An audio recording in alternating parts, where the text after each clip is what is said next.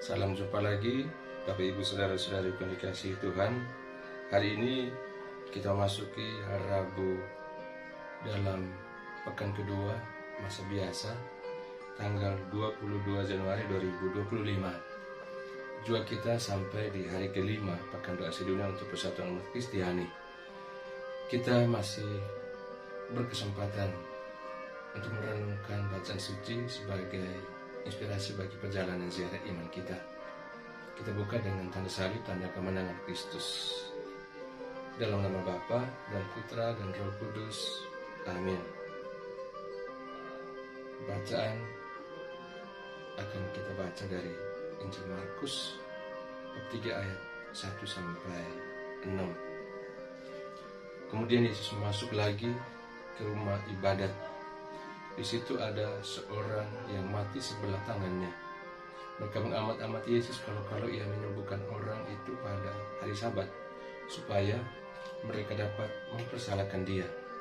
Kata Yesus kepada orang yang mati sebelah tangannya itu, "Mari, berdirilah di tengah." Kemudian katanya kepada mereka, "Manakah yang diperbolehkan pada hari Sabat, berbuat baik atau berbuat jahat, menyelamatkan nyawa orang atau membunuh orang?" Tetapi mereka itu diam saja. Ia berduka cita karena kedegilan mereka, dan dengan marah ia memandang sekelilingnya kepada mereka. Lalu ia berkata kepada orang itu, "Ulurkan tanganmu." Dan ia mengulurkannya, maka sembuhlah tangannya itu. Lalu keluarlah orang-orang Farisi dan segera bersekongkol dengan orang-orang Herodian untuk membunuh dia. Demikianlah sabda Tuhan.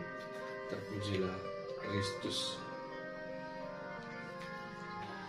Bapak Ibu saudara-saudariku, orang muda serta anak-anak yang dikasihi Tuhan.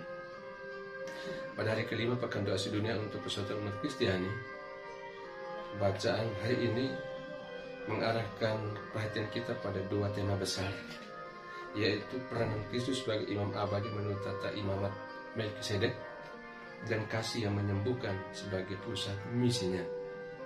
Kedua tema ini memberikan inspirasi bagi kita untuk menjadi saksi kasih Kristus di dunia yang penuh perpecahan. Kita boleh lihat dalam bacaan yang pertama, surat kepada orang Ibrani berbicara tentang Kristus sebagai imam agung yang bukan berasal dari keturunan Lewi, tetapi menurut tata Melkisedek yang imamatnya kekal dan tidak terbatas. Hal ini mengungkapkan bahwa Kristus hadir sebagai imam agung untuk semua orang, melampaui batas hukum, bangsa, dan tradisi. Dalam konteks persatuan umat Kristiani, kita diingatkan bahwa Kristus adalah pusat dari iman kita. Perbedaan tradisi dan praktik liturgi dalam berbagai denominasi Kristiani tidak seharusnya memisahkan kita, karena semua berasal dari satu sumber, Kristus, imam agung kita. Persatuan hanya mungkin tercapai kalau kita menempatkan Yesus sebagai pusat hidup dan pelayanan kita. Kita juga boleh menemukan dalam bacaan Injil Markus menceritakan kisah Yesus yang menyembuhkan seorang yang tangannya lumpuh di hari Sabat. Dalam peristiwa ini Yesus mengajarkan bahwa kasih dan kebaikan melampaui aturan yang kaku. Ia menantang sikap para pemimpin agama yang lebih mementingkan hukum Sabat daripada kebutuhan manusia untuk disembuhkan. Pesan ini sangat relevan bagi upaya persatuan umat Kristiani.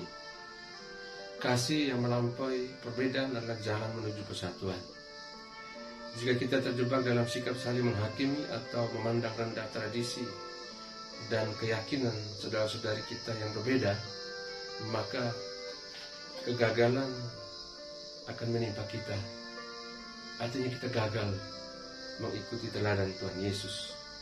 Sebaliknya, kita dipanggil untuk mengulurkan tangan kasih, menyembuhkan luka-luka perpecahan, dan mencari kebaikan bersama. Di tengah dunia yang seringkali terpecah oleh egoisme, oleh prasangka, dan perselisihan, maka panggilan untuk bersatu dalam Kristus adalah tugas yang sangat mendesak bagi kita. Namun persatuan sejati hanya mungkin tercapai kalau kita memiliki kasih yang tulus dan siap berkorban seperti yang ditunjukkan oleh Tuhan Yesus. Kasih seperti ini tidak mementingkan diri sendiri, tapi selalu mencari cara untuk membangun, menyembuhkan, dan mempersatukan. Dalam pekan doa sedunia ini, kita diajak untuk bertanya, apakah saya sudah menjadi pembawa kasih yang menyembuhkan dalam komunitas kehidupan saya setiap hari? Mungkin ada orang yang membutuhkan perhatian, pengampunan, atau kepedulian kita. Melalui tindakan kecil yang didasarkan pada kasih Kristus, kita dapat menjadi alat di tangan Tuhan untuk menciptakan persatuan. Dan akhirnya marilah kita berdoa.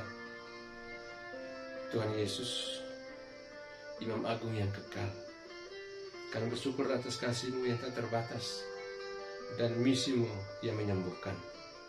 Bantulah kami untuk meneladani kasih-Mu, sehingga kami dapat menjadi alat persatuan di tengah dunia yang terpecah. Bukalah hati kami untuk menerima saudara-saudari kami yang berbeda, dan ajarilah kami untuk mengutamakan kasih dalam setiap tindakan kami.